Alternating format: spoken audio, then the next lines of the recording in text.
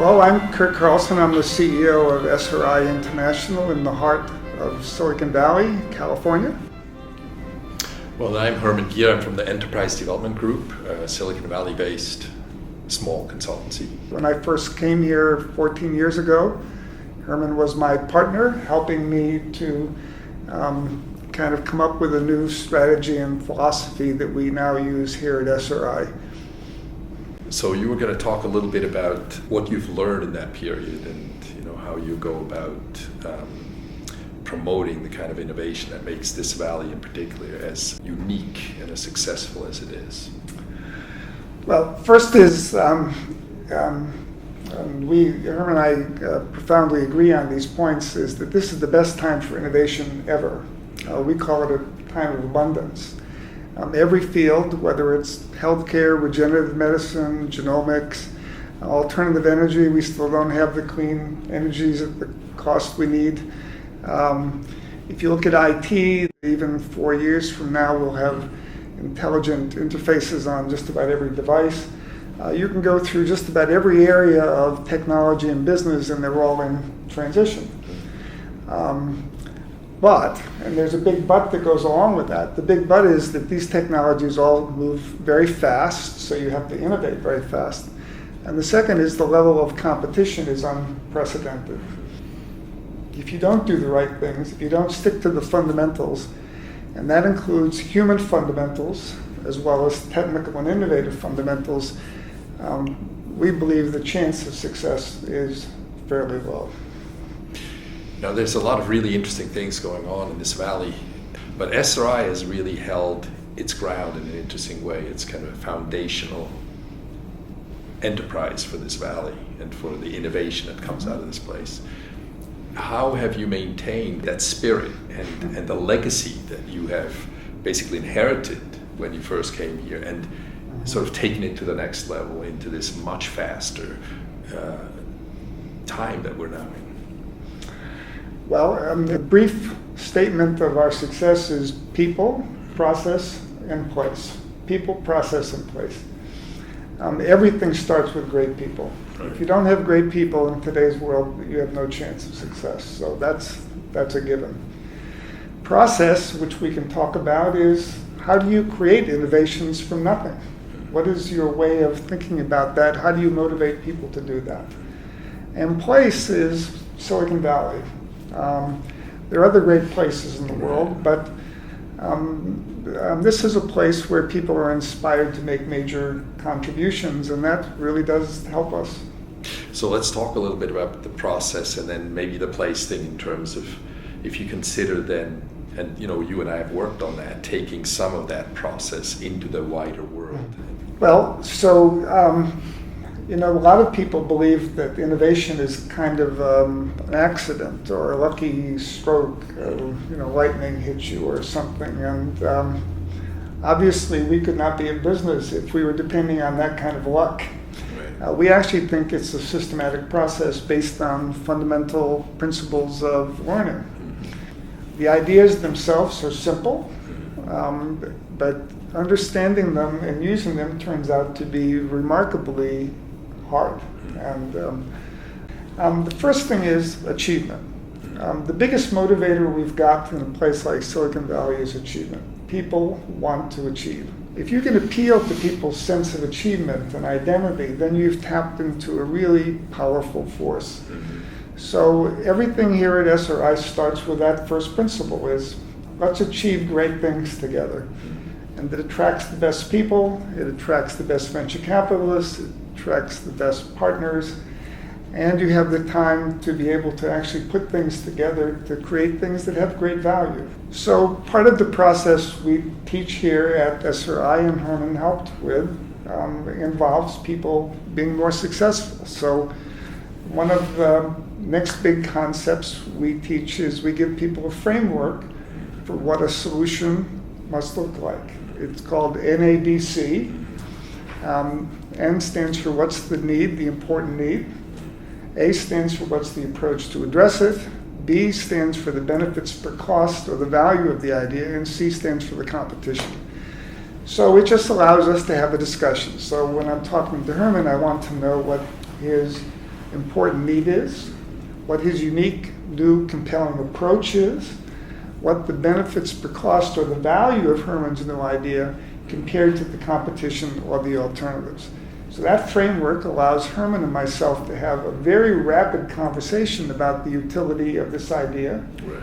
And if there are pieces that are missing, we know where to look to begin to address them. Yeah. One of the things that I love that you have used in environments that we spend our time in is that we live in exponential times now, that things are moving faster and with greater impact than ever before. And that in this exponential time, if you improve linearly, if you improve just a little bit, you still fall behind exponentially. Yes. And I think that's part of this is that, you know, how do you actually maintain the capacity of an enterprise to stay capable of following that exponential development? So that's a really great point, because what the strong conclusion of what Herman just said is, if you don't have an innovation process that also improves exponentially, you have no chance of being successful. Right. That ties it back to the conversation we just had around a methodology that gets people to naturally and automatically think about, am I delivering something to a customer that's changing exponentially? Yes. Do I understand how they're changing? Their needs are changing. How do I respond to those changes in a way that serves them at a level that is aligned with that exponential development in their lives? And then, is anybody else doing that? Yes. Right? And what is the benefit ultimately that comes from that idea? So that's a series of really beautiful insights into what is necessary for success in today's world. So the exponential process we use here starts with the framework, NABC, because if people aren't directed in the right direction, then you're slowing them down. They'll be non-exponential if they're solving the wrong problem. Right.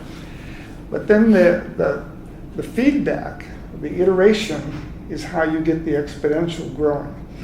So since we know that feedback is incredibly important with innovation, feedback from your partners, from your friends, from your buddies, from your customers, from every place you can look, you want to drive that iteration as fast as you can, in every way you can. And it's not obvious, just talking like this, but the improvements that people make are exponential. They go basically, let's say 10% per iteration. Now I know it's bumpy, right? But when people get to a certain level, they don't want to improve just by 1%. They've already been there and done that. They want to have a visible step forward.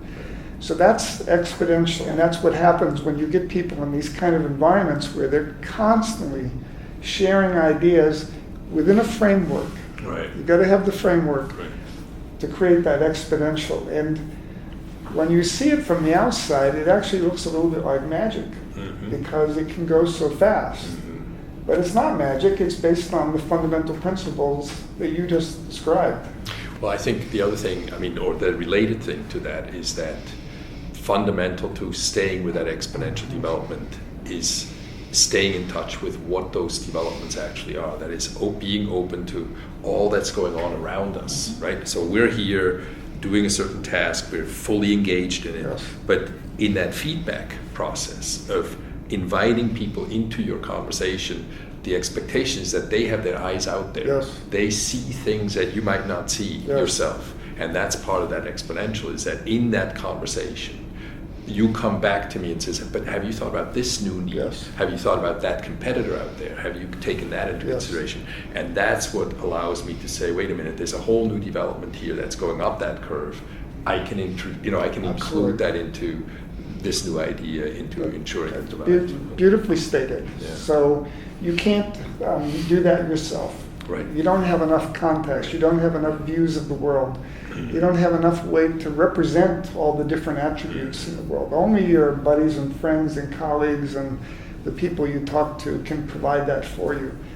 We call it tapping into the genius of the team, right? That can give you those perspectives. So how do you do the setup here then to engage in, to encourage that kind of continuous exchange, to engage people at that level of participation? Yes. You know, why would they spend their time for me? You know, and for an individual Yes. who's working on a particular problem.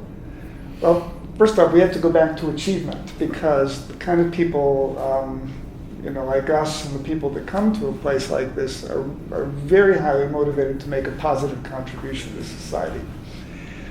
So they come with that. And then we have to create a structure, to use one of your words, that makes the outcome, which is high value innovation, inevitable, right? So it can't be just some casual ad hoc thing, which is what you find in almost every company you talk to. You've got to actually create a structure that allows people to participate this way and for ideas to bubble up so you can keep on adding resources as they evolve so that they can eventually be successful. So the whole structure of SRI is based on these few simple ideas. Important problems, not just ones that are interesting to you. Having a framework for value creation that includes templates for what the answer should look like. It includes forums that are held, we call them value creation forums, that are held throughout SRI, that are all run the same way, with the same kind of spirit.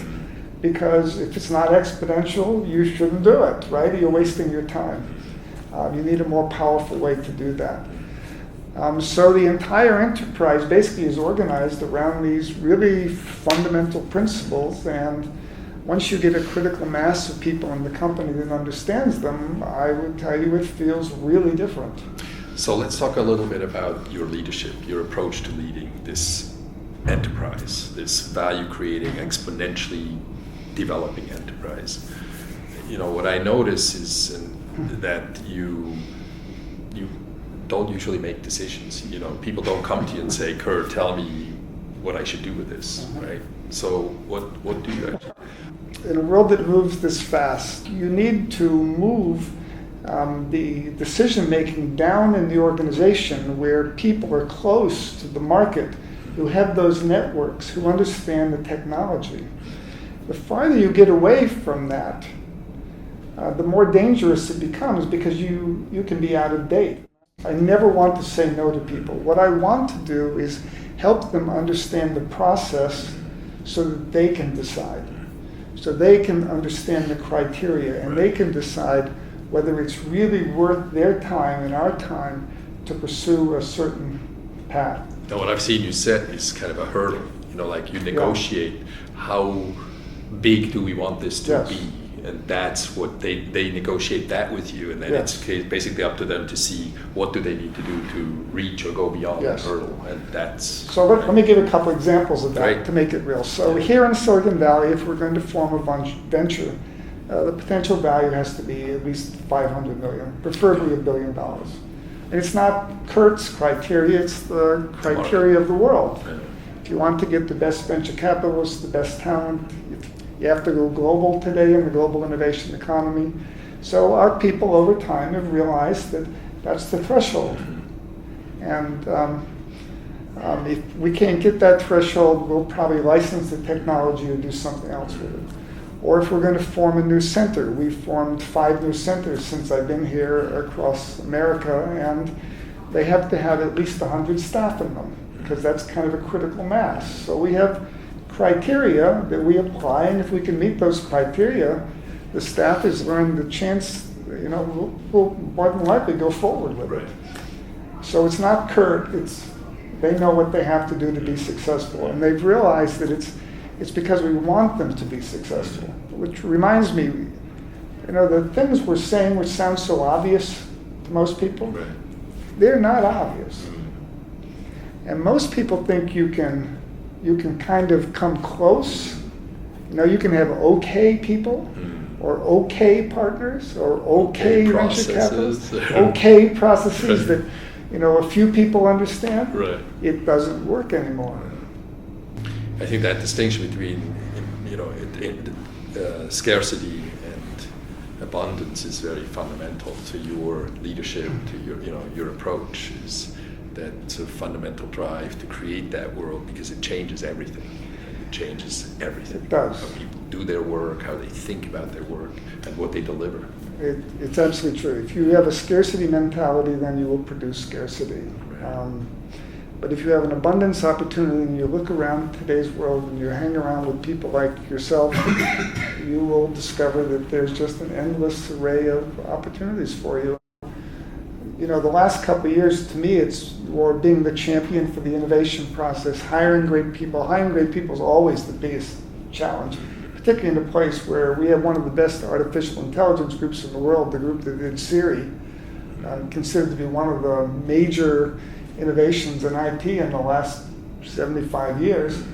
We're surrounded by Apple and Google and Yahoo and all these companies, right? So getting the talent. They are pretty attractive. They're pretty attractive companies. They're great companies, they right? attract good people too. So we have to compete for that kind. We have to compete for them, and the way we compete for them is by giving them these really extraordinary projects to work on that they wouldn't be able to work on even in those great companies. Mm-hmm.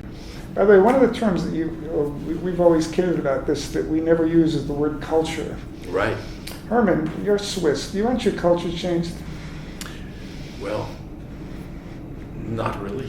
So when you ask people that, especially in a place like Silicon Valley, where there's so many people like you, or from India, or China, or from the Middle East, and you say, I'm going to change your culture, they get this look of kind of horror. It's like, who are you? Right. And how often have you heard this mistake in companies where somebody executive will stand up and say, you know, we got to fix the culture of this place, right? So Herman, I want to make a deal with you. Instead of saying I want to change your culture, let's see if I can get you to agree to this. Herman, would you like to be more successful in your career? Yes. Would you like to learn skills that will make you one of the most successful, that will give you attributes that will actually last you a lifetime, and that allow you to work as long as you want to work and not somebody else? Would you be interested in that? Very much so. So I can almost guarantee if you come to SRI and you pick on a problem that really is important to society and you learn all the skills we'll teach you, I can almost guarantee you will have a successful career. You will work as long as you want to work. And when you go to the retirement home, you could be able to look back and say, you know what? I made a contribution. And if you say yes to that and you actually learn those skills, what happens to the culture? It changes. It changes.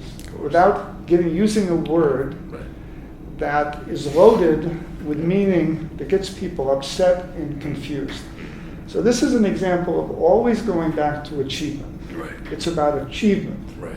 It's why this place has created, 20, 30, 40 billion dollars of economic value in the last 10 years. So I guess the bottom line on this is it's about appealing to the best in people and their sense of achievement, and then giving them the skills and the environment to support them. And if you do that, they'll create magic for you, and you can be very successful. Yeah. So Herman, listen, it's been great to talk to you. Hey, that's great. Thank you.